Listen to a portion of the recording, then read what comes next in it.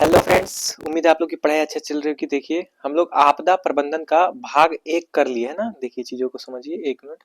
देखिए आपदा प्रबंधन का हम लोग भाग 1 कर लिए, ये भाग 2 है। भाग 1 में हमने क्या समझा कि आपदाएं क्या होती है। मैं थोड़ा बता देता हूँ। आपदाएं दो प्रकार की होती है। जो अचानक घटी घटनाएं जिससे हानि पहुंचता है जन समुदाय को और प्रकृति को, वो आपदा होती है। प्राकृतिक आपदा हो सकती है और मानव निर्मित आपदा हो सकती है। तो अब भाग 2 में हम लोग क्या करेंगे, प्राकृतिक आपदा समझेंगे कि प्राकृतिक आपदा किसे कहते हैं। और जितने भी प्राकृतिक आपदाएं हैं, उदाहरण के तौर पर भूकंप, सुनामी, जितने भी चीजें आपदाएं आती है, सभी आपदाओं का एक बेसिक अंडरस्टैंडिंग हम लोग करेंगे। ये एनसीईआरटी द्वारा पब्लिश है।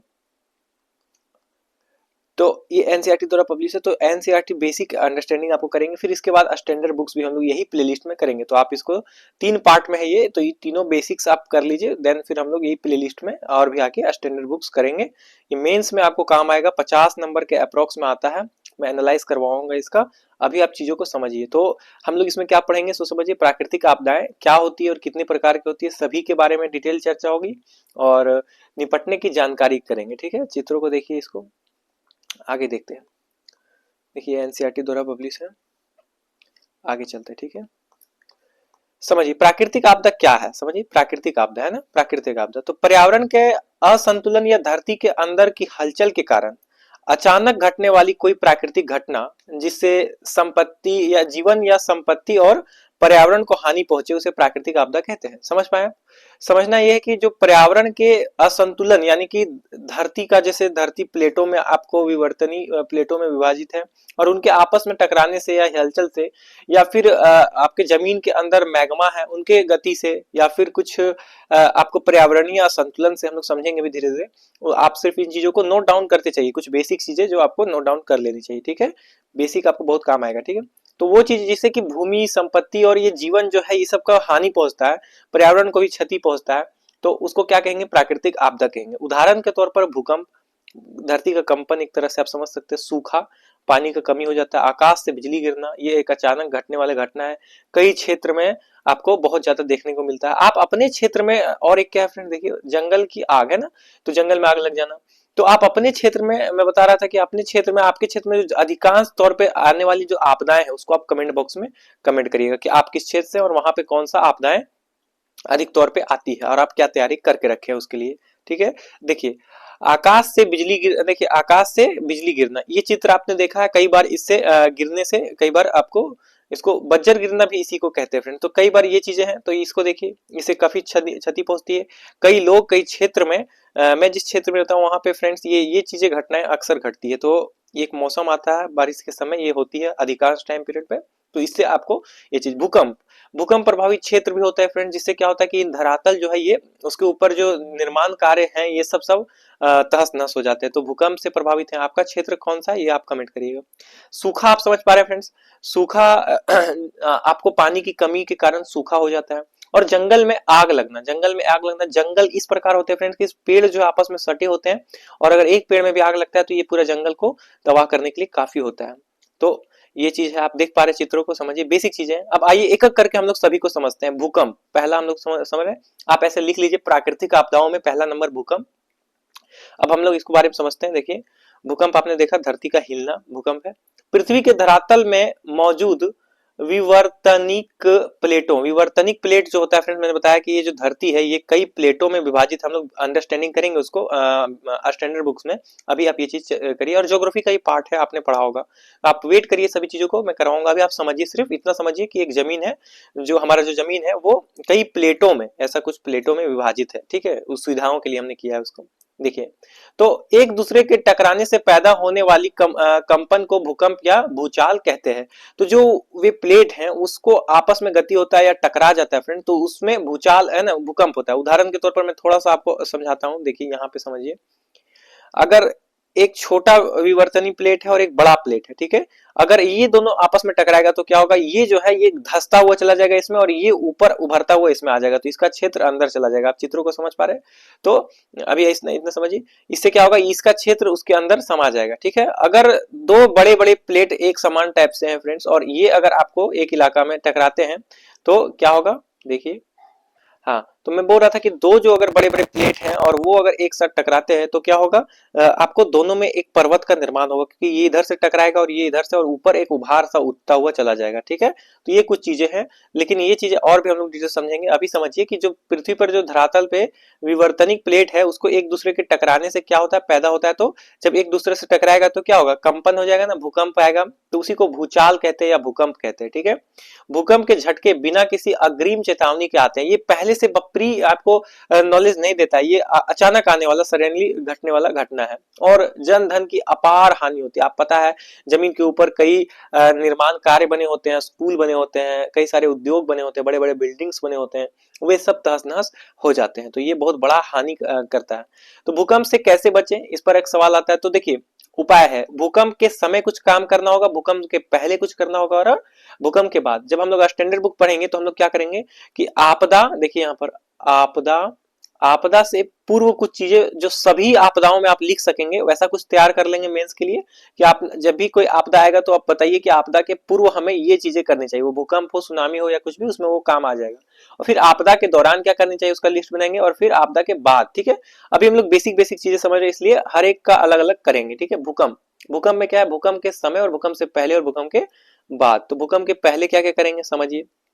आप जहां भी रहते हैं फ्रेंड्स उसको क्या करिए, दीवारों और छतों की मरम्मत कीजिए। अगर घर की दीवारें कमजोर हो रही है तो उसको आप मरम्मत करवाइए। अगर आपने देखा कि स्कूल का दीवार कमजोर है, वहां पर भूकंप प्रभावित क्षेत्र है, तो आप एप्लीकेशन लिख के आप चीजों को ये कर सकते हो, उसको उसको मजबूत करिए। ठीक है, मतलब और ऐसा कहा जाता है, आगे हम लोग पढ़ेंगे कि भूकंप रोधी भवनों का निर्माण, है ना, भूकंप रोधी मतलब भूकंप आने से इतना झटका वो सह लेगा ऐसा भवन का निर्माण करना पड़ेगा। ठीक है, ये चीजें। जापान आपने देखा, जापान एक अच्छा उदाहरण है, भूकंप आता था पर वहां की जो बिल्डिंग्स है वो इस प्रकार से निर्माण की गई कि वो आपको बहुत ज्यादा हद तक भूकंप को सह लेती है। तो आगे देखिए, भारी सामान घर की निचली टांड पर रखे। जैसे कि कई लोग क्या होता है कि भारी भारी सामान जो होते हैं वो छज्जे पे रखते हैं।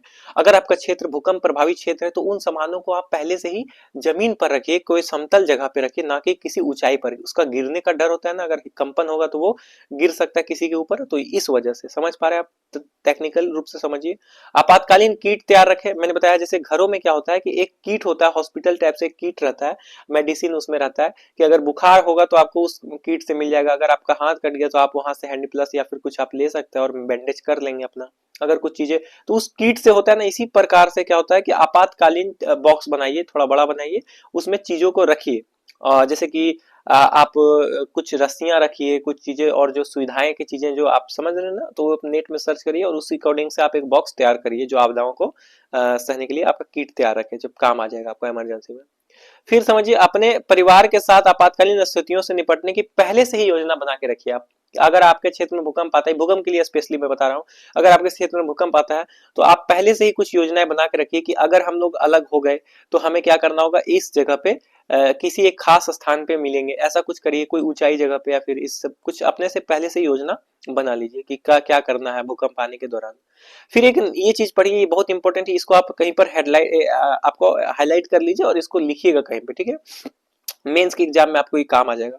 झुको ढको और पकड़ो की तकनीक सीखें। झुको ढको पकड़ो की तकनीक क्या होता है, आपको किसी मजबूत टेबल है इसके नीचे आपको झुक जाना है। ठीक है, ढको, अपने सर को ढकना है। आप गाड़ी चलाते हैं तो हेलमेट के द्वारा अपने सर को बचाते हैं ना, मुख्य रूप से, क्योंकि सर ऐसा है, मनुष्य के बायोलॉजी में आपने पढ़ा है साइंस वाले सेक्शन में कि आप पढ़ते हैं कि उसमें अगर सर जो होता है एक नाजुक स्थिति, बाकी सब अगर टूट जाए फ्रेंड्स हाथ, तो आप उसका इलाज कर सकते, सर टूटेगा तो आपका मृत्यु होने का संभावना बढ़ जाता है। तो इसलिए ढकना है आपको सर अपने किसी मजबूत चीज से। और पकड़ो, जिसे आप जिसे जैसे उदाहरण के तौर पर आप टेबल पे ढके हुए हैं, झुके हैं टेबल के नीचे, मजबूत टेबल, तो उसका पांव ऐसे करके इसको पकड़ लीजिए। ठीक है फ्रेंड, जब तक कि भूकंप खत्म ना हो। तो ये कुछ चीजें हैं जो भूकंप के पहले करना है आपको।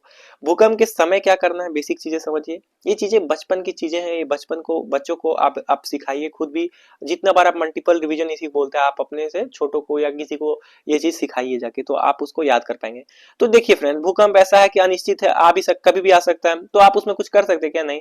तो जब आप कुछ कर नहीं सकते तो आपको क्या करना है, शांत रहना है, घबराना नहीं है। तो आप घबराए नहीं, एकदम शांत रहें और झुक कर किसी मेज के नीचे एक हाथ से अपने सिर को ढकें। तो देखिए, झुको और ढको आ गया ना फ्रेंड्स, तो ये चीज है, झुके किसी मेज पर, मजबूत मेज है ना, यानी कि कांच के मेज के नीचे आप झुक रहे हैं, ऐसा नहीं झुक रहे, तो आप मजबूत लकड़ी की जो रहती है मेज, या फिर चौखट होता है ना गेट का चौखट, वहां पे आप चले जाइए, वो बहुत मजबूत रहता है, तो वहां पे आप जा सकते हैं। तो ऐसे स्थिति में आप जाइए।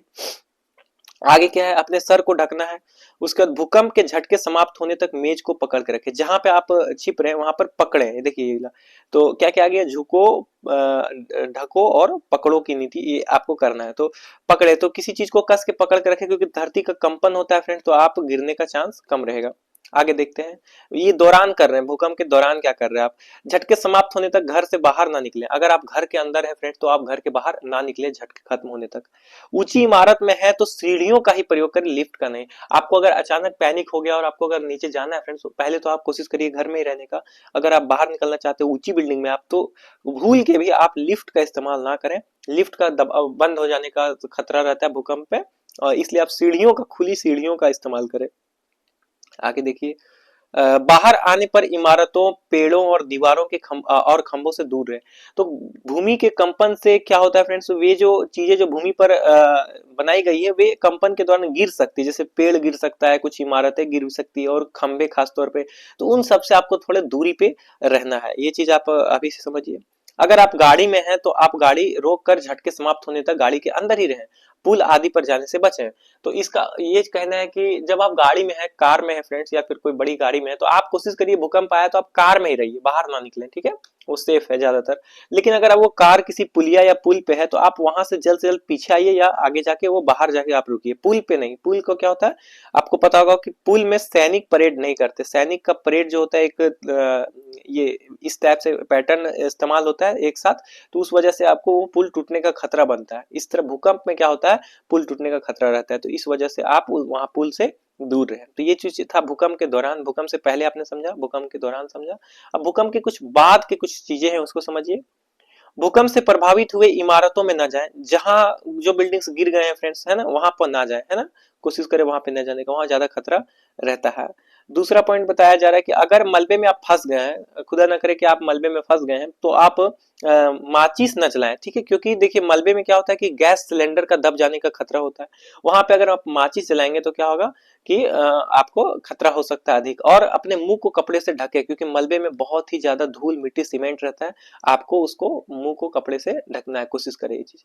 दीवार या नल पर खटखटाए या सीटी बजाए, दीवार या जो उसपे सीटी या ये चीज करे, ये दूर तक जाता है फ्रेंड, और चिल्लाए नहीं, ठीक है, ठीक है, कोई अन्य उपाय होने पर ही चिल्लाएं। चिल्लाने पर कोशिश करिए ना चिल्लाएं, और आप किसी चीज को, स्टील को आप बजाइए, या किसी इस तरह से क्या होता है दूर तक आपका ये, और आप चिल्लाएंगे तो आप खुद भी पैनिक होंगे, दूसरे को भी पैनिक करेंगे, ठीक है, तो इससे आपको नुकसान हो सकता है। तो ये कुछ चीजें थी भूकंप से रिलेटेड। भूकंप आपको समझ आया कि नहीं बताइए, भूकंप के बारे में समझे आपने, और भूकंप का ये चीज ज्योग्राफी में और डिटेल हम लोग पढ़ेंगे। अभी सिर्फ हम लोग आपको डिजास्टर मैनेजमेंट का थ्रू से पढ़ रहे हैं, मैनेजमेंट करना है हमें कैसे। दूसरा पॉइंट क्या है, प्राकृतिक आपदाओं में बाढ़ है दूसरा नंबर पे। आपको चीजें समझ आ रही है, बाढ़ क्या होता है, देखिए बाढ़ का चित्र समझिए। अचानक किसी क्षेत्र में अगर पानी भर जाए तो उसको क्या कहेंगे, बाढ़ कहेंगे। आइए समझते हैं। किसी क्षेत्र में अस्थायी रूप से पानी मात्रा में, है ना, भारी मात्रा में पानी भर जाने के कारण जनजीवन प्रभावित होने की स्थिति को बाढ़ कहते हैं। अगर अचानक किसी अस्थायी रूप से पानी भर जाता है फ्रेंड, तो वो बाढ़ कहते हैं उसको, अचानक, और जिससे कि लोग प्रभावित होते हैं, उसको बाढ़ कहते हैं। बाढ़ आने के कई कारण हो सकते हैं, हम लोग और डिटेल चर्चा करेंगे, अभी सिर्फ बेसिक समझिए। बाढ़ आने का मुख्य रूप से क्या कारण हो सकता है, बहुत ज्यादा बारिश। अगर आपके क्षेत्र में जैसे दिल्ली एनसीआर के क्षेत्र है, वहां पे बहुत सारे इस बाढ़ रोधी, बाढ़ आपको प्रभावित क्षेत्र है, आपको पता होगा। हम मैप सब कुछ देखेंगे आगे चल के, और सभी चीज देखेंगे, लेकिन अभी बेसिक समझिए। बेसिक ये है कि बहुत ज्यादा बारिश अगर आता है तो आपको बाढ़ होने का संभावना है। या फिर कहीं पर बांध टूट गया है फ्रेंड्स, किसी बांध का निर्माण किया गया था और वो टूट गया, तो वो क्षेत्र भी बाढ़ से ग्रसित हो सकता है। किसी क्षेत्र में पानी का बहाव बढ़ जाए, अगर नदियां चल रही है और अचानक बहाव बढ़ जाए फ्रेंड, तो क्या होता है कि नदियां अपना आकार बढ़ा लेती है और कुछ क्षेत्र आपको प्रभावित कर देती है। नदियां जो सीधी जा रही थी, वो क्या होता है कि ऐसा भी जा सकती है। आप समझ पा रहे चित्रों को, देखिए आगे चलिए। बाढ़ से निपटने की तैयारी कैसे करें, अगर बाढ़ आ ही गया फ्रेंड, तो आप बाढ़ से निपटने का कैसे तैयारी करेंगे। तो ये चीज, एक चीज है, देखिए आप आपदा किट तैयार रखें, पहले से ही कुछ चीज तैयार रखें। आपदा किट रस्सियां हो उसमें, आपको आपको वो चीजें हो, दिशा नियंत्रण वो जो आता है वो रहे आपके पास, कंपास ने क्या उसको बोलते हैं, वो चीज आपके पास रहना चाहिए। तो वो जितने भी सुविधाएं चीजें हैं, पैकेट का खाना होना चाहिए। और फिर आपके जितने डॉक्यूमेंट्स हैं उसको आप प्लास्टिक में रख के आप पैक करके रखिए ऐसा बॉक्स में जो पानी से बचा रहे, पहले से सब करके रखिए अगर आपके क्षेत्र में आता है तो, क्योंकि डॉक्यूमेंट्स बहुत इंपॉर्टेंट होता है। आइए कुछ चीज समझते हैं। एक आपदा किट तैयार रखें एवं संपर्क बने रहने के लिए अपना मोबाइल चार्ज रखें। तो मोबाइल फोन जो है उसको हमेशा चार्ज रखें। डिस्चार्ज होने के बाद क्या होता है, कनेक्शन टूट जाता है, और कनेक्शन टूटना एक आपदा का सबसे बड़ा प्रभाव का बात है। तो आप समझ पा रहे हैं, कनेक्शन नहीं टूटना चाहिए, तो आप मोबाइल चार्ज रखिए और एक आपदा किट पहले से ही तैयार रखिए। दूसरा क्या है फ्रेंड्स, रेडियो टीवी व समाचार पत्र के माध्यम से मौसम की ताजा जानकारी रखें। जब भी आप न्यूज़पेपर पढ़ते हैं, मैं डेली न्यूज़पेपर कराता हूँ फ्रेंड्स, और वहां पे जो साइड में मौसम का क्षेत्र रहता है, मैं हमेशा वो मौसम का क्षेत्र आपको बताता हूँ, मौसम की जानकारी। क्यों? क्योंकि आप अवगत रहें कि क्या है। अभी जैसे शीतलहर चल रही है कुछ क्षेत्रों में, तो आप पहले से तैयार रहे उन चीजों को झेलने के लिए, है ना। तो इसलिए आप क्या करें, जब टीवी पढ़े या टेलीविजन या कुछ भी आप सुने, समाचार पत्र पढ़े, तो आप क्या करें कि उसका जो मौसम है उसका ताजा जानकारी रखें, एकदम करंट में आप अवेयर रहे, ठीक है। आगे समझिए, अपने नजदीक बने सुरक्षित आश्रयों के रास्तों की जानकारी पहले से रखें। होता क्या फ्रेंड, जो बाढ़ प्रभावित क्षेत्र होता है वहां पे सरकार द्वारा या फिर गैर सरकार द्वारा, कई संगठनों द्वारा ये कुछ आपको सुरक्षित आश्रय बनाए जाते हैं। जैसे कि अगर देखिए ऐसा कुछ है, बाढ़ प्रभावित क्षेत्र ये वाला है, हम लोग मैप में समझेंगे, तो यहाँ कुछ ऊंचाई पर कुछ निर्माण स्थल पहले से होते हैं। तो आप पहले से ही शहर में कहाँ पे क्या है उसका आइडिया रखिए, और फिर जब अगर ऐसा होता है तो आप वहां पर जाने के लिए आप तैयार रहिए। तो ये चीज कुछ समझ रहे हैं। आगे चलिए, मवेशियों और पशुओं को सुरक्षित स्थानों पर ले जाएं। मवेशियां और पशुएं जो होते हैं फ्रेंड्स, वो संपत्ति होती है, आप उससे अर्न करते हैं और फिर वो आपकी जिम्मेदारी है फ्रेंड। तो आप अपनी रक्षा के साथ साथ अपने पशुओं और मवेशियों के भी सुरक्षित स्थान पर, किसी ऊंचाई वाले स्थान पर आप ले जाएं। ये चीज आप करिए बाढ़ के समय। अपने जरूरी दस्तावेज और कीमती सामान को एक जल रोधी थैले में तैयार रखें। तो अगर कुछ ऐसा है जो, जैसे कि जमीन का पेपर हो गया फ्रेंड्स, आपका क्वालिफिकेशन वाला पेपर हो गया, कुछ आपका स्कूली दस्तावेज है, कॉलेज का दस्तावेज, यूनिवर्सिटी का, या फिर कुछ आपने कोई प्राइज जीता, या फिर कुछ जो इंपॉर्टेंट डॉक्यूमेंट्स है उसको क्या करना है, आपको एक सुरक्षित किट में आपको पहले से तैयार रखना है। कम से कम एक सप्ताह के लिए पर्याप्त भोजन और पानी का संग्रह करके रखें। कुछ पैक्ड भोजन होता है फ्रेंड्स, उसको भी रखें हमेशा अपने घरों में, ताकि अगर ऐसे स्थिति बनती है आपके क्षेत्र में, अगर बाढ़ प्रभावित क्षेत्र है, तो आप पहले से ये चीजें रख सकते हैं ताकि वो आपको काम आए। 8 सप्ताह भर का खाना आप पहले से रखें, क्योंकि सबसे ज्यादा चुनौती यही होता है फ्रेंड्स बाढ़ के। देखिए बोला जाता है कि आप पहले से तो तैयार रहेंगे, आपदाओं में भी आप बच जाएंगे, लेकिन आपदा के बाद बहुत ज्यादा संघर्ष का दौरान टाइम पीरियड रहता है। तो वो उस टाइम पीरियड पे सबसे ज्यादा यही चीज है फ्रेंड्स, आपको खाने की किल्लत हो सकती है। जरूरी संसाधन जैसे टॉर्च और अतिरिक्त बैटरियां हमेशा तैयार रखें। आप टॉर्च और जो बैग आपने बनाया है किट के, उसमें टॉर्च रखें, कुछ अतिरिक्त बैटरियां रखें, पैक्ड खाना रखें, रस्सियां रखें। तो ये सब चीजें उसमें आप रख सकते हैं फ्रेंड्स। गर्म कपड़े कुछ रख सकते हैं तो रखिए। सूखा क्या है फ्रेंड्स, सूखा अगला है ना, तीसरा नंबर। आगे हम लोग पॉइंट पॉइंट में, प्राकृतिक आपदा है सूखा। सूखा समझिए, आपके क्षेत्र में कौन सा ज्यादा प्रभावित है वो आप कमेंट करिएगा, ठीक है। और आप चीजें समझ पा रहे कि नहीं, बेसिक चीजें कर रहे हैं ना हम लोग, इसमें और डिटेल हम डेफ में पूरा एकदम डिटेल जाएंगे, लेकिन अभी सूखा पर समझिए। जब सामान्य से 25% कम बारिश हुई हो और खेतों की सिंचाई के लिए पिछले साल हुई बारिश के पानी को रोक कर रखने का प्रबंध नहीं हो, उस आपातकालीन स्थिति को सूखा कहेंगे। सूखा का एक परिभाषा है फ्रेंड्स कि अगर बारिश जो है 25% अगर कम हुआ हो, अगर मान लीजिए कि आपके यहाँ पर 50% बारिश होती है और अचानक वो 25% कम होके 25% बारिश हो रही है, तो आप क्या होगा, वो आपको और पिछले वर्ष जो बारिश का पानी है रोक कर रखे थे उसका भी प्रबंध नहीं है, यानी कि पानी की अगर किल्लत हो चुकी है इस स्थिति में, तो उसको सूखा कहेंगे। आप इन चीजों को लिख पा रहे हैं एकदम एज इट इज, इसको लिख लीजिए यहाँ से यहाँ तक, ठीक है फ्रेंड, सूखा कहते हैं। आगे चलिए, सूखे के कारण पीड़ित क्षेत्र में अनाज और पानी की भारी कमी होने के कारण भूखमरी जैसी हालत हो सकती है। सूखे की स्थिति कई महीनों या वर्षों तक लगातार रह सकती है। तो आप समझ पा रहे हैं, सूखा जो है एक ऐसा छोटा टाइम पीरियड के लिए नहीं आता, ये कई महीनों या वर्षों तक लगातार रहता है फ्रेंड्स, और भूखमरी इससे हो सकता है, आप खेती नहीं कर पाएंगे। तो ये कुछ चीजें हैं, चुनौतियां हैं। देखिए सूखा के दौरान ऐसी होती है, भूमि का जल स्तर पूरा नीचे चला जाता है, बंजर सा जमीन हो जाता है, और काफी हीट आपको वहां पे मिलता है। और परिणाम क्या होता है, भूखमरी, क्योंकि अनाज खेती नहीं हो पाती, और ये भूखमरी का, क्योंकि लंबे समय तक आपको ये चीज झेलना पड़ता है। तो ये चीजें, सूखा प्रभावित क्षेत्र बहुत ही गंभीर समस्या है फ्रेंड्स। ये आगे देखिए, सूखे का क्या प्रभाव होता है और परिणाम क्या होता है, इसको समझिए। प्रभाव पहले समझते हैं। सूखे का प्रभाव क्या होता है, सिंचाई के लिए पानी की कमी हो जाती है, आप समझ पा रहे हैं। अनाज और पानी के देखिए फ्रेंड्स, अनाज और पीने का पानी में कमी हो जाएगा, तो सिंचाई के लिए पानी तो घट जाएगा, इससे क्या होगा कि अनाज भी कम हो जाएगा और पीने का पानी का भी कमी हो जाएगा। मवेशियों के लिए है ना, चारे की कमी हो जाएगी, जब खेती ही नहीं होगी फ्रेंड्स, घास फूस नहीं होंगे तो मवेशी क्या खाएंगे, है ना। और मवेशियों की खत्म होने से बहुत ज्यादा नुकसान होता है, आपको पता है, क्योंकि वो एक संपत्ति है। खाना पकाने, नहाने और साफ सफाई की कमी होगी। आपको पता है फ्रेंड्स, बीमारियां ऐसे ही फैलती है जब आप एक मिनट, बीमारियां तभी फैलती है फ्रेंड्स जब आप खाना पकाने और सफाई का व्यवस्था नहीं रखते, तो ये बहुत बड़ी चुनौती होती है। आप आपका क्लास सिक्स की एनसीईआरटी में साइंस में एक जल चैप्टर है फ्रेंड, जल, ठीक है, उसमें आपको बताया गया है कि आप अपने घरों में जो चीजें इस्तेमाल करते हैं, नहाना, खाना और फिर चीजें, उन सब में कितना पानी खर्च होता है उसका एक लिस्ट बनाइए। ये इसीलिए दिया गया है ताकि वो चीजें हैं, हम लोग उसमें एनसीईआरटी में डिटेल से पढ़ेंगे। तो अभी समझिए, ये बचपन से ही आपको डाल दिया जाता है कि आप इन चीजों के लिए पहले से तैयार है। फसल की भारी कमी से पैसे और प्राथमिक संसाधनों का अभाव हो जाएगा, तो पैसे कमी हो जाएगी फ्रेंड्स लंबे समय तक, है ना, क्योंकि सूखा लंबे समय तक आता है। तो ये चीज आप समझ पा रहे हैं। और परिणाम क्या होगा फ्रेंड्स, परिणाम, सूखा का परिणाम क्या होगा, देखिए पानी की कमी से फसल का आपको, जैसे कि सिंचाई के लिए पानी कमी हो जाएगा, तो और पानी की कमी के लिए क्या हो जाएगा, फसलें सूख जाएगी, आप समझ पा रहे हैं। भूखमरी और पलायन के हो जाएगा, अनाज और पीने का पानी अगर खत्म हो जाएगा तो क्या हो जाएगा बताइए, परिणाम इसका क्या होगा, भूखमरी और पलायन की स्थिति आ जाएगा, है ना। अगर अनाज का और पीने का पानी कम हो जाएगा तो भूखमरी और होगा और पलायन, यानी कि एक स्थान से पलायन, मतलब समझ पा रहे हैं। भुखमरी मतलब होता है जो खाने की कमी, और पलायन मतलब होता है एक जगह से दूसरी जगह चले जाना, है ना। तो ये चीज स्थिति आ जाएगा। मवेशियों के लिए चारे की कमी हो जाएगी, अगर घास फूस नहीं होगा तो मवेशी का क्या होगा, भूख से मर जाएंगे, और मवेशियां संपत्ति होती है, अगर वो खत्म हो गया तो बहुत दिक्कत की बात है। और खाने पकाने और नहाने की पानी की साफ सफाई कमी हो जाएगी तो बीमारियां फैलेगी, मैंने बताया आपको। ये चीजें समझिए। फसल की भारी जो कमी से पैसे और प्राथमिक संसाधनों का अभाव हो जाएगा, इससे क्या हो जाएगा, आत्महत्या, चोरी, हत्या आदि मामलों का बढ़ जाएगा। अगर पैसे नहीं रहेंगे फ्रेंड्स तो ये चीजें आम हो जाएगी, ठीक है। अब देखिए, ये चीजें आपने समझा, परिणाम भी समझा।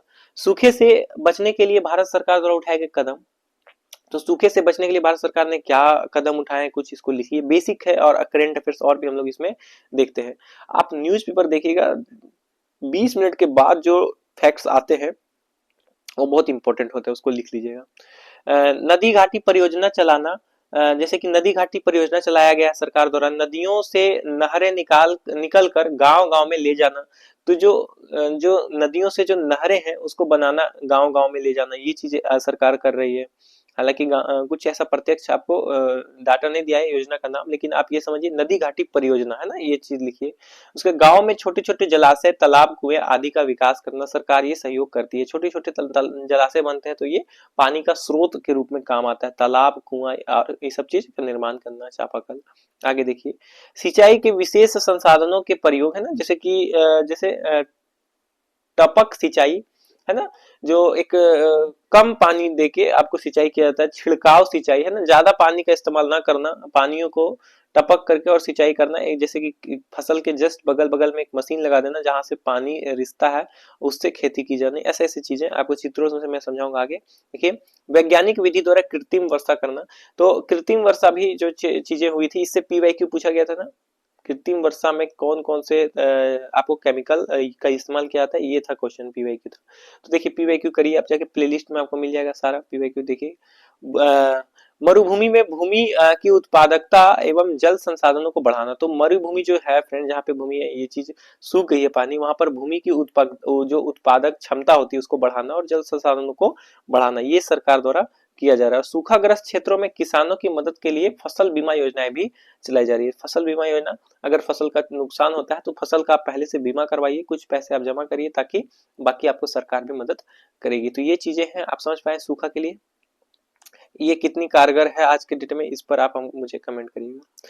आइए, तूफान, अगला जो प्राकृतिक आपदा है वो तूफान है फ्रेंड्स। नेक्स्ट आपदा जो है ये तूफान है। आप तूफान समझते हैं, तूफान के बारे में समझिए। पृथ्वी के वायुमंडल में उत्तेजना की स्थिति को तूफान कहते हैं। जो वायुमंडल में जो उत्तेजना आ जाता है फ्रेंड, बहुत ज्यादा अस्त व्यस्तता आ जाता है, उससे क्या होता है, तूफान कहा जाता है। इसमें तेज हवाएं, भारी बारिश, ओले गिरना, बिजली कड़कना, बादल गरजना जैसी अनेक मौसमी गतिविधियां शामिल है। तो इसमें क्या क्या होता है फ्रेंड्स, आपको हवाएं चलता है, बहुत तेज हवाएं चलता है, चित्र आप देख पा रहे हैं, बहुत तेज हवा चलता है, काफी कुछ उड़ा के ले जाता है फ्रेंड, ठीक है।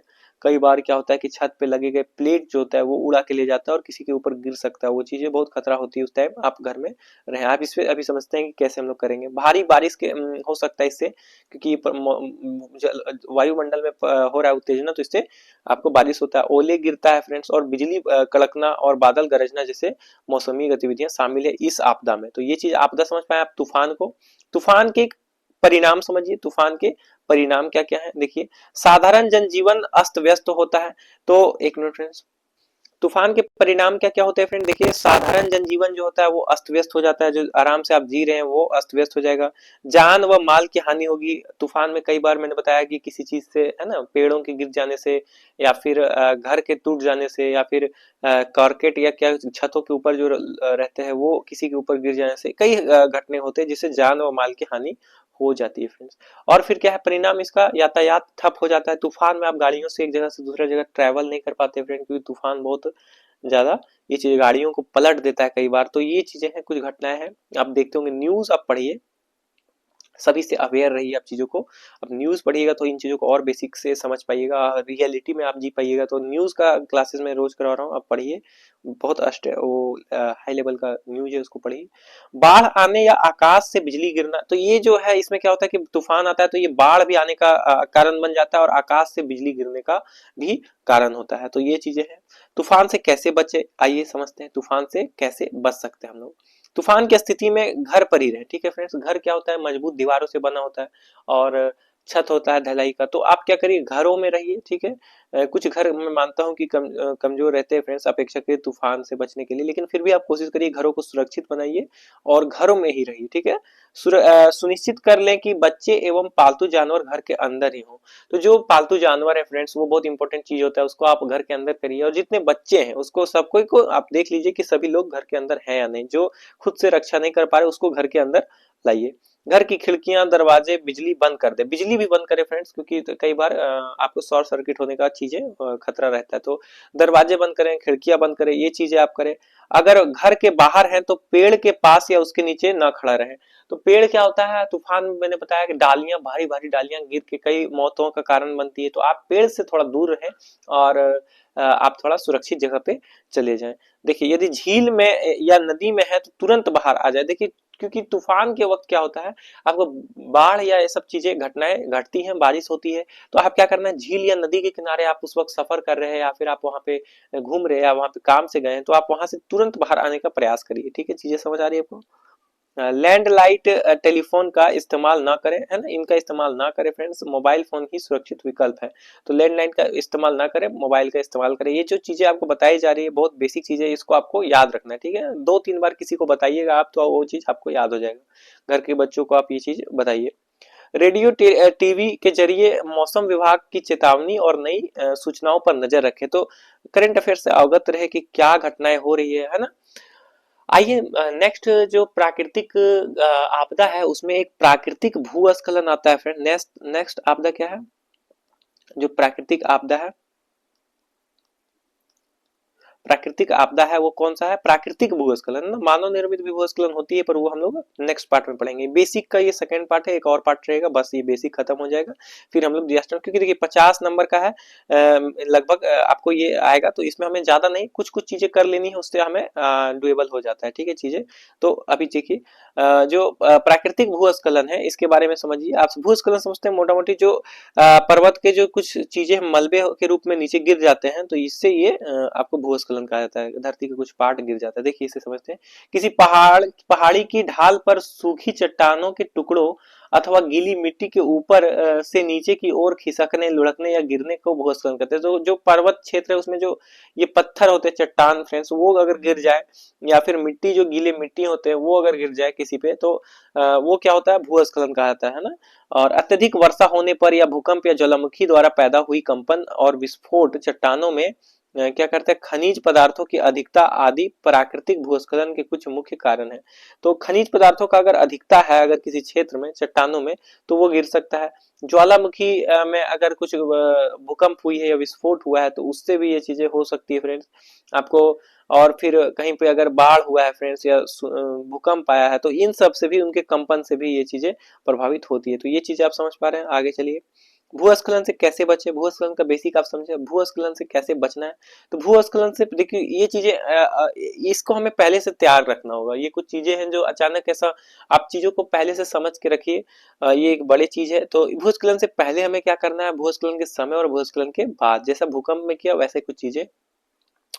मिट्टी क्या होती है फ्रेंड्स, अगर मिट्टी में आप पेड़ लगाते हैं अगर जमीन में, तो जड़ें जो होती है पेड़ की वो मिट्टी को कस के पकड़ के रखती है, ठीक है। तो आगे देखते हैं भूस्खलन से पहले हमें क्या चीजें कर लेनी चाहिए। अत्यधिक पेड़ लगाए ताकि मिट्टी के कटाव को रोका जा सके। जहां पे भूस्खलन क्षेत्र, प्रभावित क्षेत्र, वहां पे अत्यधिक पेड़ लगाइए आप, ठीक है। इससे क्या होगा कि मिट्टी का जो पकड़ है पेड़ों के जड़ों के द्वारा वो ज्यादा गंभीर रूप से रहेगा। तो अब ये करिए। दूसरा क्या कर सकते हैं आप, देखिए सतर्क एवं जागरूक रहें, परिवार के साथ किसी सुरक्षित जगह पर रहें।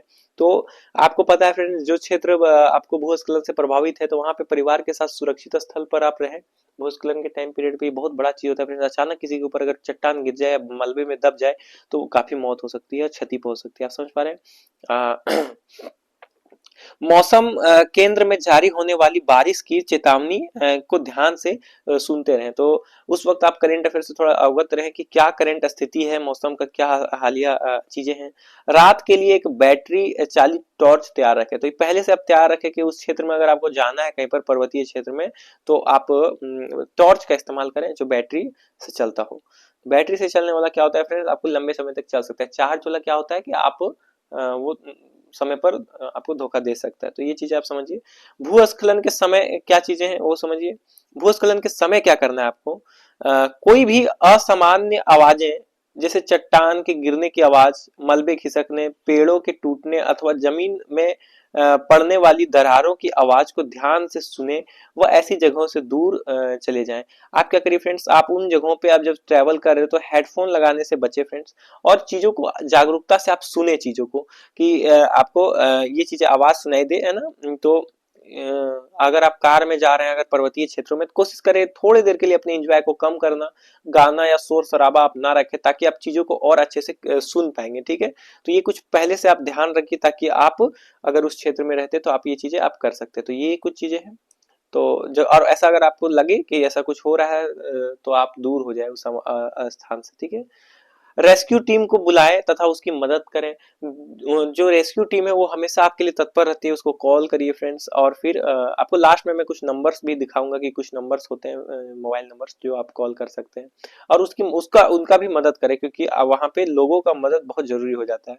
क्षतिग्रस्त मकानों में घुसने से बचे, जो जो जो घर दब गए हैं फ्रेंड्स मलबे में, वहां से बचें और फिर उनको निकालने का प्रयास करें, ठीक है फ्रेंड्स। जो लोग अगर दब गए तो टीम के साथ, अकेले नहीं फ्रेंड्स।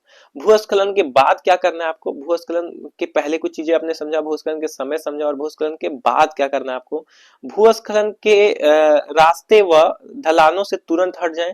तो उन स्थानों से जहां ढलान है फ्रेंड्स, जहां पे आप आपको आपके ऊपर भूस्खलन हो सकता है या रास्ते मिट्टियां गिर सकती है, वहां से आप हट जाएं। जहाँ पे है ना भूस्खलन के बाद, है ना, कि भूस्खलन के रास्ते जहाँ पे मिट्टियां गिरी हुई है वहां से आप उस रास्ते से दूर हो जाए, ठीक है। क्या पता वो रास्ता और भी हानि हो जाए तुरंत।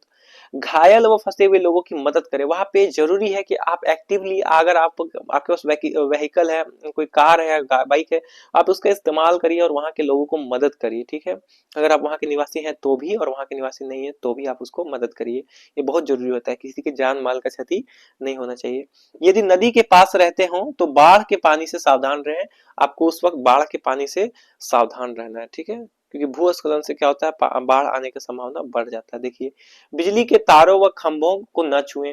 क्या होता है फ्रेंड्स, उस वक्त कई खंभे गिर जाते हैं जमीन में, तो आप उनको ना छुएं, उसमें करंट का प्रभाव आपको नुकसान पहुंचा सकता है। कुएं, नदियां, देखिए कुएं, नदियों, झरनों आदि का पानी यदि दूषित हो तो न पिएं। क्या होता है फ्रेंड्स, वो अगर पानी दूषित हो जाते हैं उस क्षेत्र में तो आप वहां का पानी ना पिएं। तो ये कुछ चीजें हैं भूस्खलन से संबंधित। आकाश से बिजली गिरना अगला आपदा है फ्रेंड्स। ये प्राकृतिक आपदा है, ठीक है, प्राकृतिक आपदा है। ये आकाश से बिजली गिरना, तो आकाश से बिजली गिरना समझते हैं फ्रेंड्स, आसमान से, जिसको बज्जर गिरना भी कहते हैं। देखिए आकाश में जब बादल एक दूसरे से टकराते हैं तो इलेक्ट्रोस्टैटिक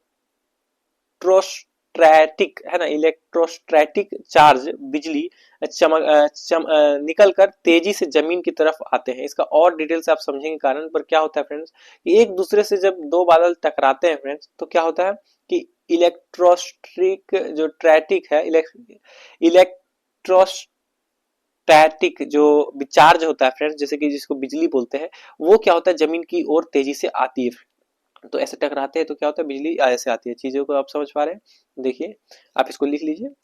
इसी दौरान हमें बादलों के गरजने की आवाज भी सुनाई देती है, तो उस टाइम आपको उसके आपको साउंड सुनाई देगा कि आपने वो साउंड सुनी है।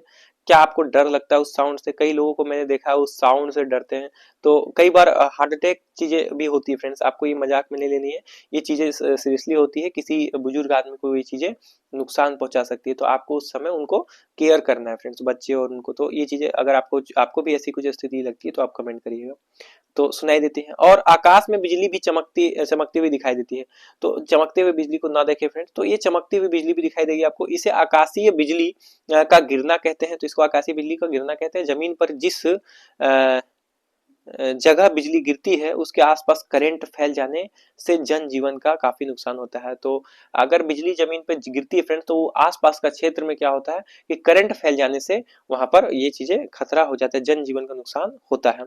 तो जब आकाश में जोरदार बिजली कड़के तो क्या करें? जैसे अगर आकाश में जोरदार बिजली कड़क रही है तो आप क्या करेंगे फ्रेंड्स? ये चीजें आपको बहादुरी का नहीं, यहाँ पे आपको सोच समझ कर चीजें करना है। देखिए कुछ बेसिक्स है उसको समझिए। यदि खुले आसमान के नीचे हो तो सर झुकाकर अपने पंजों के बल बैठ जाएं, तो आप अपने हाथों को जमीन पे रखें और बैठ जाए नीचे, ठीक है फ्रेंड्स, और सर को आप खड़ा ना रहें। जमीन पर सपाट न लेटें, जैसे एक सो जाता है फ्रेंड्स, ऐसे आपको सोना नहीं, बैठना है फ्रेंड, ठीक है। न ही अपने हाथ को जमीन पर रखें। तो जो हाथ होता है, वही मैं ऊपर बताया फ्रेंड्स, सॉरी, जो हाथ होता है उसको आप जमीन पे ना रखें, ठीक है, पैर के बल बैठे, हाथ जमीन पर ना रखें, ठीक है, क्योंकि करंट ये आपके दोनों कानों को अपने हाथों से ढक ले, क्योंकि वो हाथ जो है उसका इस्तेमाल आप अपने कानों को ढकने से करिए, क्योंकि वो बहुत तेज साउंड भी होता है फ्रेंड, वो आपको नुकसान पहुंचा सकता है। धरती के कम से कम संपर्क में रहें, तो धरती का जो संपर्क है उससे आप कम रहें, क्योंकि वहां बिजली जब गिरेगी फ्रेंड तो वो क्षेत्र जो है वो आपको प्रभावित हो सकता है। आप चीजें समझ पा रहे हैं। मौसम अधिक खराब हो तो घर में ही रहें। अगर आप घर में देख रहे हैं फ्रेंड्स कि आप पहले से ही मौसम कुछ खराब है, अंदाजा लगा रहे हैं आप, तो आप कोशिश करें कि घर से ही काम करें, घर में ही रहें। अगर घर से बाहर है तो पेड़ों की शरण न ले, खुले मैदान में रहें। तो आप पेड़ों के शरण में ना, क्योंकि बिजलियां जब गिरती है फ्रेंड तो कई बार वे झटके से पेड़ को जला देती है, और पेड़ को उसकी वजह से आपको कई बार ये चीजें झेलनी पड़ सकती है। अगर तो हाथ को ना रखे जमीन में, ठीक है फ्रेंड्स, ये कुछ चीजें थी। अगर आप कुछ लोगों के साथ है तो पास पास ना हो, बल्कि उचित दूरी बनाकर रहें। तो आप समझ पा रहे हैं फ्रेंड्स, जो साथ साथ ना रहे, ठीक है, करंट का खतरा रहता है। अगर किसी वाहन में है तो वहीं रुके, क्योंकि वाहन जो होता है फ्रेंड टायर से चक्के होते हैं और वो आपको बिजली से बचा सकते हैं एक हद तक, तो आप वही कार में ही रहें। अगर आप किसी वाहन में तो वहीं रुके, ये बात समझ आए आपको। अगर किसी नदी तालाब या झरने में है तो फौरन बाहर आ जाए, उन क्षेत्रों में ना रहे, ठीक है, आप तुरंत वहां से बाहर जाए। और कोशिश करिए, मैं बोलूंगा कि आप अगर किसी घर के अंदर जा सके तो आप वहां चले जाए, या फिर ऐसे जो निर्माण रहते हैं जहाँ पे, वहां पे आप चले जाए। बिजली कड़कने के समय मोबाइल और बिजली के उपकरणों का इस्तेमाल ना करें। तो मोबाइल फोन का या बिजली के उपकरणों का इस्तेमाल कम करें, क्योंकि इस समय वो अधिक नुकसानदायक हो जाता है। तो ये चीजें एकदम सत्य है कि मोबाइल का इस्तेमाल आप लोग नहीं करिएगा अगर अगर बिजली कड़की तो। और बिजली के उपकरण जैसे कि चार्जर ये या फिर आपको आयरन, ये सब का इस्तेमाल ना करें, ठीक है। आगे पढ़ते हैं। ये भी आपदा, ये प्राकृतिक आपदा है।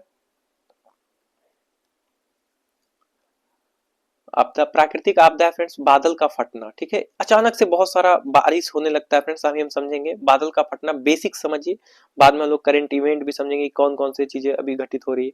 किसी एक जगह पर तेज बारिश हो जाने को बादल फटना कहते हैं। अचानक से बहुत सारा बारिश, कई लोग मैंने देखा है सोशल मीडिया पे, वहां पे फोटोज या वीडियोस आपको अपलोड करते हैं। नहीं फ्रेंड्स, आपको उससे दूर रहना है, ठीक है, ये दो पल की चीजें हैं, आपको उससे एकदम दूर रहना है, क्योंकि वो बहुत घातक हो सकता है। ये तब होता है जब ज्यादा नमी वाले बादल एक जगह रुक जाते, तो जिसके पास बहुत ज्यादा पानी रहता है वो गति नहीं कर पाता है, वो बादल एक ही जगह रुक जाता है और वहीं पे अचानक बहुत सारा वर्षा हो जाता है। क्या आपने बादल फटना देखा है फ्रेंड्स? कमेंट करिएगा, नेट इंटरनेट में या फिर आपने रियल में देखा है ये चीज।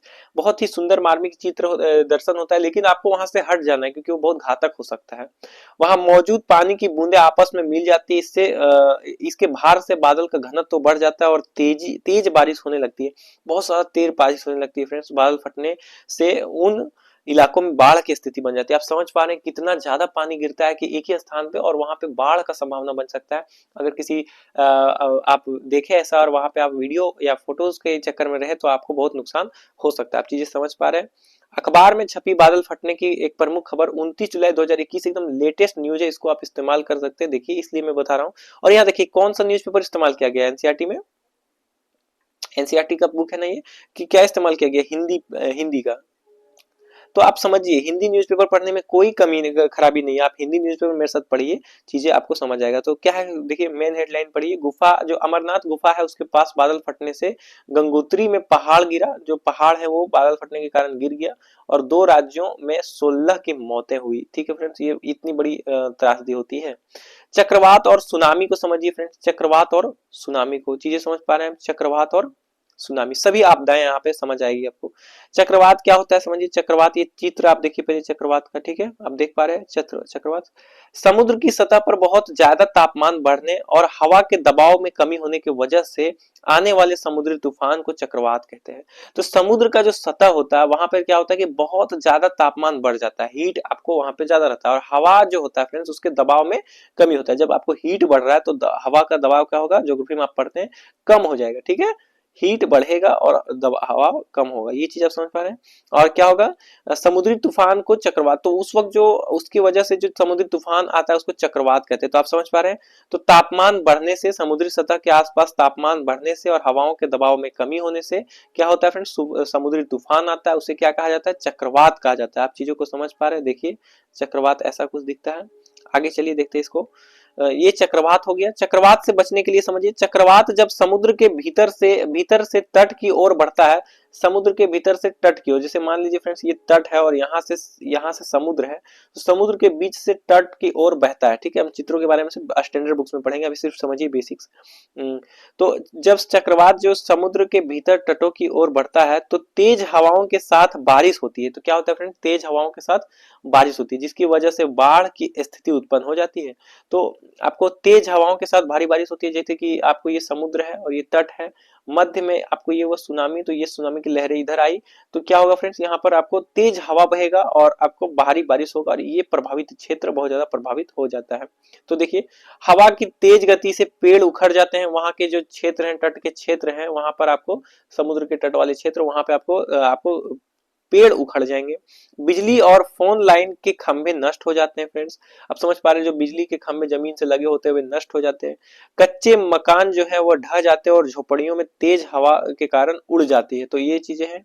नाविक के लिए जान का खतरा बहुत बढ़ जाता है। जो समुद्र के बीच में गया है मछली पकड़ने फ्रेंड्स, नाविक, उसको जान का खतरा बहुत बढ़ जाता है। तो ये चीजें हैं आपको चक्रवात, ये बात आपको समझ है। चक्रवात एक प्राकृतिक आपदा है, ये प्राकृतिक आपदा है। प्राकृतिक आपदा समझ पा रहे हैं हम लोग, प्राकृतिक आपदा समझ रहे हैं ना। सुनामी समझिए, सुनामी को समझिए। सुनामी क्या होता है, चित्र को देखिए, सुनामी का चित्र को देखिए, चित्र से बहुत कुछ याद रहता है फ्रेंड्स, बेसिक समझिए। समुद्र की सतह के नीचे भूकंप आने या ज्वालामुखी फटने की वजह से आने वाला समुद्री तूफान क्या कहते हैं, सुनामी कहते हैं। तो चक्रवात क्या होता है, दोनों में अंतर अगर पूछा जाए तो समझिए, जो समुद्र से रिलेटेड दोनों है फ्रेंड्स, लेकिन अगर समुद्र का सतह पे बहुत ज्यादा तापमान बढ़ जाता है और हवा का दबाव कम होता है, उस वजह से अगर तूफान आता है, समुद्र तूफान, तो उसको चक्रवात कहते हैं। ठीक है, उसका कुछ चित्र इस प्रकार से होता है।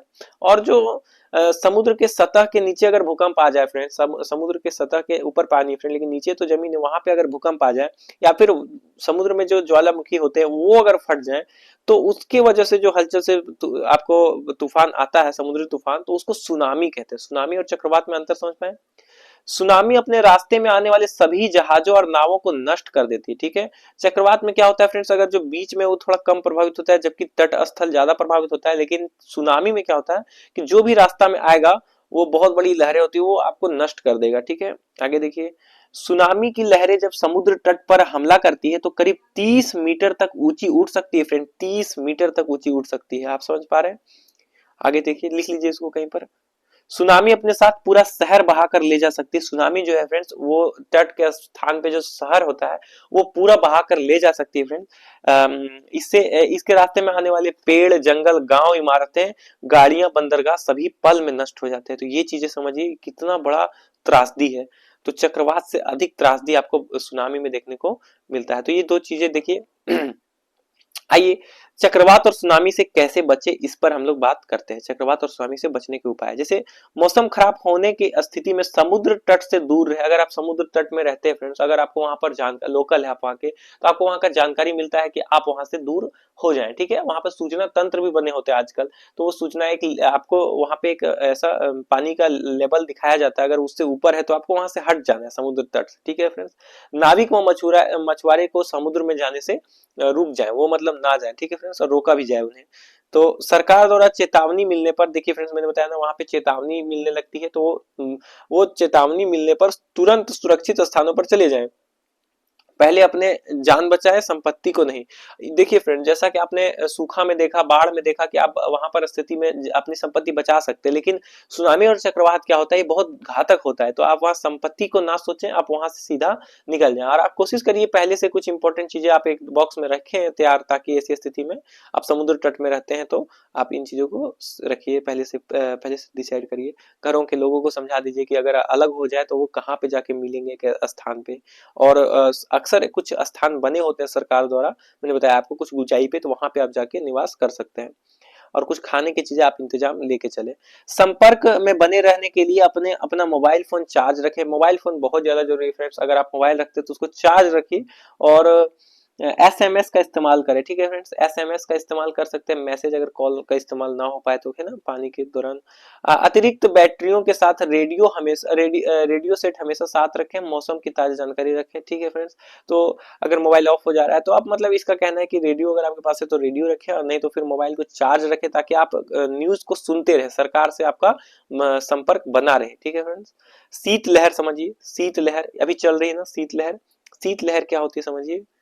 शीतलहर पे एक गाना भी आया है फ्रेंड्स, शीतलहर जो है ये चल रही है, और ये क्या है, आपदा है फ्रेंड्स, आपदा, प्राकृतिक आपदा है ये। ठीक है, आइए समझते हैं। देखिए, सर्दी के मौसम में जब किसी क्षेत्र का तापमान सामान्य से बहुत कम हो जाता है और ठंडी हवाओं के चलने से रोजमर्रा का कामकाज परेशानी होने लगे, तो ऐसी स्थिति को शीतलहर कहते हैं। मतलब जो टेम्परेचर है वो बहुत अगर माइनस में चला जाए फ्रेंड्स, और हवाएं बहुत ज्यादा ये ठंडी हो और काम करने में बहुत चुनौती हो, तो उसको शीतलहर कहेंगे। आप समझ पा रहे हैं? देखिए चित्रों को समझिए, ये हम लोग करते हैं ना ठंडी में, आप आग से आप ठंड में आप अपनी ये चीज इस्तेमाल करते हैं, या फिर आप हीटर का इस्तेमाल करते हैं ठंड से बचने के लिए? आग ऐसे जलाते हैं लकड़ियों के द्वारा, या हीटर? ये कमेंट करिएगा। इससे आपके भौगोलिक स्थिति का पता चलता है कि आप आग, मैं कहूंगा आप कोशिश करें अगर आग से आप गर्मी को उत्पन्न करें तो ये ज्यादा बेहतर है। आगे देखिए, ये देखिए टेम्परेचर कितना कम हो रहा है, तो ये कुछ चीजें हैं, आप गर्म कपड़े का इस्तेमाल करें। देखिए यहाँ पे चित्रों में, आगे हम लोग समझते हैं नियमित क्या करें। देखिए शीतलहर से कैसे निपटे। ठीक है, कैसे निपटे, आइए शीतलहर से निपटने का उपाय समझिए। नियमित रूप से गर्म पेय पिए, तो गर्म पानी पिए फ्रेंड्स, और गर्म जो पेय पदार्थ होते हैं वो पिए। शराब ना पिए फ्रेंड्स, ये आपके शरीर के तापमान को कम कर सकती है। शराब पीने से क्या होता है फ्रेंड्स, आपका तापमान जो है बॉडी का वो कम कर देगा, उससे फिर आपका और नुकसान होगा। शीतलहर में आप काम करने के लिए असक्षम हो जाएंगे।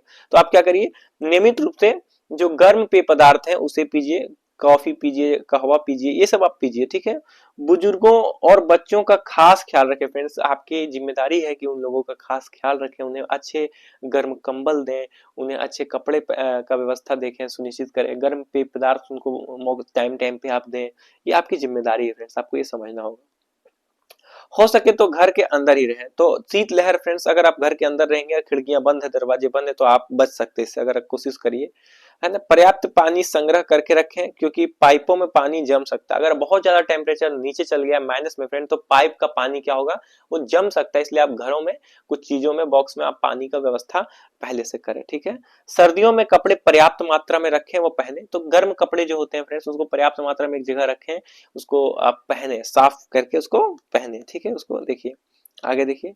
ताप लहर क्या होता है, हीट वेव बोलते हैं इसको। देखिए हीट वेव ये भी आपदा है फ्रेंड्स, आपदा, इसको समझिए प्राकृतिक आपदा है। ताप लहर समझिए गर्मी के मौसम में, देखिएगा फ्रेंड्स आपको ये ताप लहर पिछली बार हुआ था है ना 2023 में, सबसे हाईएस्ट देखा गया 2023 में सबसे हाईएस्ट।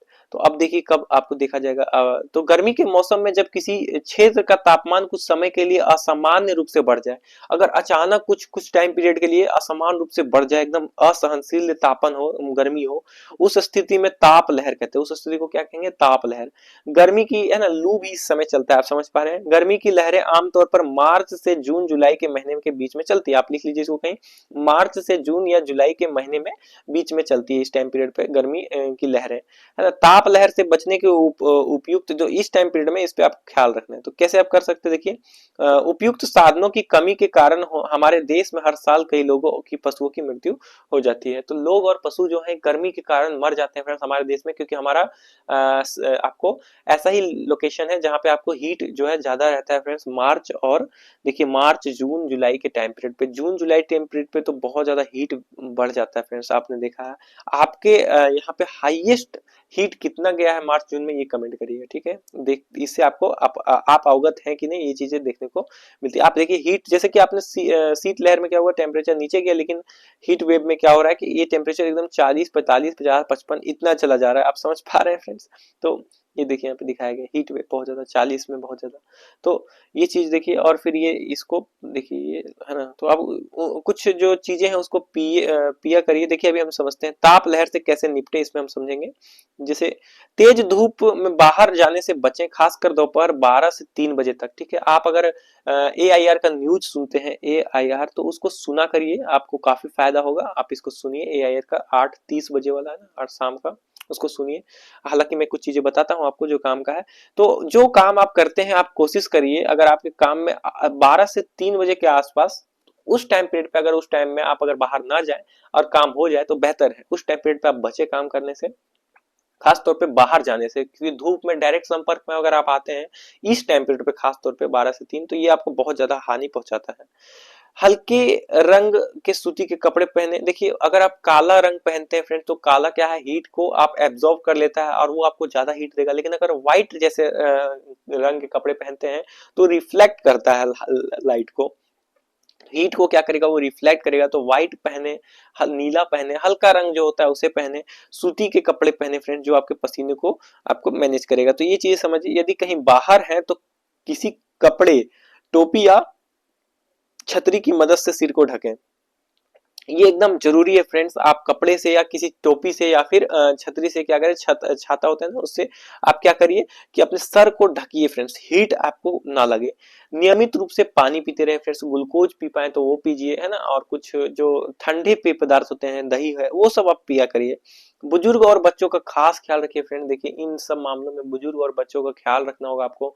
देखिए कि वो उस समय बाहर न चले जाएं, या बच्चे हैं तो उसको ख्याल से उसको रखिए, ये चीजें करिए। अगर किसी को लू लग जाए तो ORS का घोल, ORS का घोल पिलाइए। नींबू पानी, चावल का पानी, चावल यानी माड़ होता है, इसको बोला जाता है हमारे यहाँ, आपके यहाँ क्या कहा जाता है ये बताइएगा। तो चावल का जो पानी होता है, चावल जब आप पकाते हैं तो वो जो पानी होता है उसको, नींबू पानी, ORS का घोल, जो अगर लू लग जाए, लू उसी टाइम पीरियड पे लगता है, लू आप समझते हैं ना, लू हीट वेव से ही लगता है, तो इसको छाछ या लस्सी बनाकर पिला दें, ठीक है। आप कोशिश करिए नींबू पानी पिलाने का, नियमित रूप से आप पिए गर्मी में, ये चीजें भी है।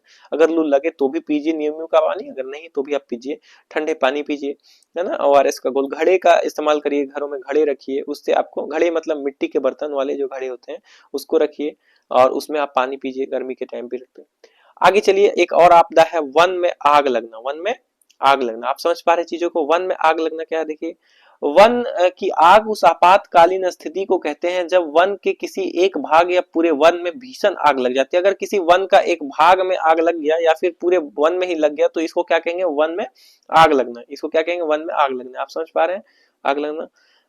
ऐसे में उस वन के पेड़ पौधे जलने लगते हैं और जीव जंतु आग व उसके धुएं से प्रभावित होकर मरने लगते हैं। अगर फ्रेंड्स जंगल में कई जानवर निवास करते हैं, जो बहुत सारे जानवर बहुत कम संख्या में पाए जाते हैं, वे सब जानवर भी प्रभावित होते हैं फ्रेंड। धुएं से काफी लोगों की मौत हो जाती है, और हीट के वजह से और आग में डायरेक्ट भी जाने से कई जानवर के लोग आपका वो चीज हो जाता है, कई लोग भी इससे प्रभावित होते हैं फ्रेंड्स।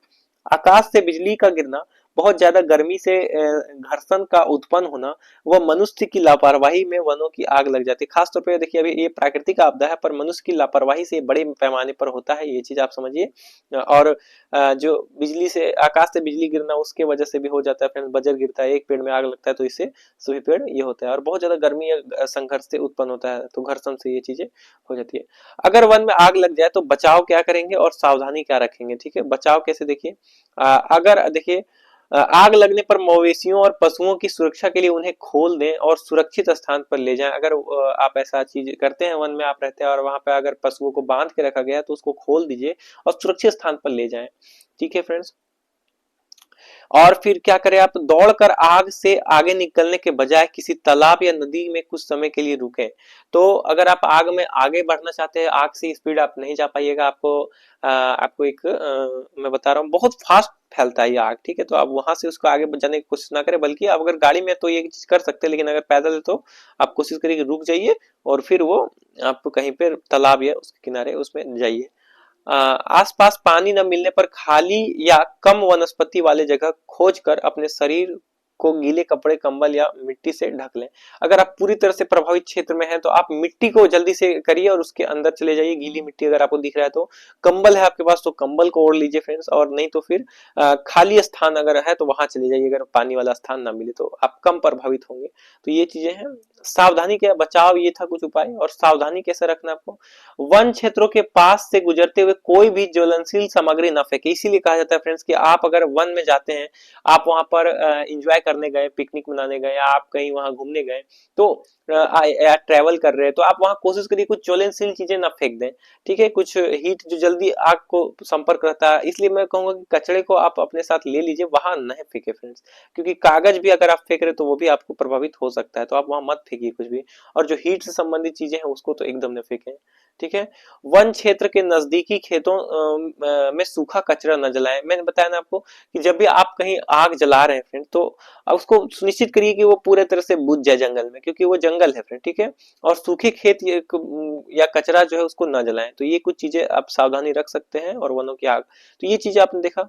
ज्वालामुखी का फटना ये एक आपदा है, इसको देखिए। ज्वालामुखी का फटना आप समझ पा रहे हैं, ज्वालामुखी का फटना। भारत में एक ही आपको सक्रिय ज्वालामुखी है, वो कहाँ लोकेटेड है, उसका क्या नाम है, ये कमेंट करिएगा। जो होमवर्क मिले वो करिए। ज्वालामुखी धरती की सतह पर एक ऐसी दरार या छेद होती है फ्रेंड, देखिए ऐसा धरती पर एक ऐसा दरार या छेद होता है जिसके फटने या खुल जाने से पृथ्वी के भीतर के से गर्म गैस, राख, पिघलती हुई चट्टाने और लावा बाहर निकलता है। आपको पता है नीचे मैग्मा रहती है, तो अगर कहीं छेद या छिद्र होता है तो इससे क्या होता है, गैस निकलता है फ्रेंड जो काफी गर्म होता है, राख निकलता है फ्रेंड्स, और पिघली हुई चट्टाने निकलने लगती है और लावा बहकर जमीन में आ जाता है फ्रेंड। तो ये कुछ चित्र है, आपको ये देखिए। ये देखिए ज्वालामुखी के प्रकार, ज्वालामुखी के कितने प्रकार होते हैं ये समझिए। एक होता है सक्रिय ज्वालामुखी, एक होता है सुप्त ज्वालामुखी, एक होता है मृत ज्वालामुखी। आप तीन प्रकार समझ पा रहे हैं। सक्रिय ज्वालामुखी के बारे में समझिए। सक्रिय, मैंने पूछा नहीं ये भारत में कहाँ है और कौन सा नाम है, इसका आप कमेंट करिए। सक्रिय ज्वालामुखी, अगर कोई ज्वालामुखी वर्तमान में फट रहा हो या फटने की आशंका हो तो उसको सक्रिय ज्वालामुखी कहेंगे, ठीक है। भारत में एक ही है, ये मैं आपको बता चुका हूं। और ये कौन सा है आपका काम है, कमेंट करके बताइए। सुप्त ज्वालामुखी जो होता है, अगर कोई ज्वालामुखी कभी इतिहास में बहुत पहले फटा हो फ्रेंड्स और अब सक्रिय ना हो तो उसे सुप्त ज्वालामुखी कहेंगे, ठीक है फ्रेंड्स। मतलब बहुत पहले कभी फटा होगा लेकिन अब वो नहीं फटता है, तो वो उदाहरण के तौर पे वो आपको मृत सुप्त ज्वालामुखी है, ठीक है। आगे समझिए मृत ज्वालामुखी क्या होता है। मृत ज्वालामुखी, अगर कोई ज्वालामुखी वैज्ञानिकों की अपेक्षानुसार कभी भी नहीं फटेगा तो उसे मृत ज्वालामुखी कहेंगे। अगर वैज्ञानिकों ने ये दावा किया है कि वो ज्वालामुखी अब कभी भी नहीं फटने वाला तो वो क्या होगा, मृत ज्वालामुखी कहा जाएगा। तो ये तीन चीजें हैं, आप समझ गए। आगे देखिए ज्वालामुखी के बारे में अन्य महत्वपूर्ण जानकारी है, कुछ अन्य जानकारी दिया गया है, इसको रखिए नॉलेज आपको। अगर जो अति तीव्र, देखिए कई बार आपको वहां जाके आप वो लावा को उठाते हैं वैज्ञानिक लोग, तो वो चीजें आपको नहीं करनी, वो चीजें सावधानी से की जाती है। तो उसको रिसर्च के लिए किया जाता है, ठीक है, कि भूमि के अंदर क्या चीजें हैं उसका रिसर्च किया जाता है। देखिए ज्वालामुखी के बारे में अलग से कुछ फैक्ट्स दिए हुए हैं। अति तीव्र श्रेणी के ज्वालामुखी के फटने से सुनामी या भूकंप आता है। तो जो अति तीव्र श्रेणी के ज्वालामुखी होता है वो अगर फट जाए तो उससे सुनामी या भूकंप आ जाता है। आप समझ पा रहे चीजों को। जान और संपत्ति का बहुत नुकसान होता है। तो आपको ये पता है कि भूकंप या इसका तीव्र गति से क्या होता है, सुनामी या वो, तो डायरेक्ट तो आप इससे प्रभावित नहीं होंगे, लेकिन इसके वजह से जो सुनामी या बाढ़ आएगा उससे आप प्रभावित हो सकते हैं, या फिर भूकंप आएगा तो उससे, है ना। ज्वालामुखी के फटने से आसपास के रास्ते अस्त व्यस्त हो जाते हैं और मकान, जंगल आदि जलकर नष्ट हो जाते हैं। ज्वालामुखी से निकलता हुआ धुआं वातावरण को प्रदूषित करता है। तो वो जो गर्म गैस होता है वो काफी प्रभावित करता है लोगों को, वो आपको वायुमंडल में जाके बहुत डिस्टर्ब करता है। और जो वहां के रास्ते हैं वो तहस नहस हो जाते हैं। वहां के अगर नजदीकी कोई बस्तियां हैं तो वो भी खत्म सी हो जाती है। तो ये कुछ चीजें फ्रेंड्स जलकर नष्ट हो जाता है, क्योंकि लावा होता है, बहुत ज्यादा टेम्परेचर रहता है फ्रेंड्स। देखिए अगर भारत में अंडमान और निकोबार द्वीप समूह में 2 ज्वालामुखी हैं। समझिए, भारत में अंडमान और निकोबार द्वीप समूह में 2 ज्वालामुखी हैं। बैरन ज्वालामुखी जो सक्रिय ज्वालामुखी है, मैंने बताया आपको, यही चीज मैंने वो कमेंट करने के लिए कहा था। अंडमान और निकोबार द्वीप समूह में कौन है, बैरन ज्वालामुखी। ये क्या है, एक सक्रिय ज्वालामुखी, एक ही सक्रिय ज्वालामुखी है फ्रेंड्स। और नारकोड ज्वालामुखी जो है ये क्या है, आपको सुप्त ज्वालामुखी है भारत की, ये आपको सुप्त या ज्वालामुखी। तो ये 2 चीज आप लिख लीजिए कहीं पर, ये इंपॉर्टेंट है, ठीक है।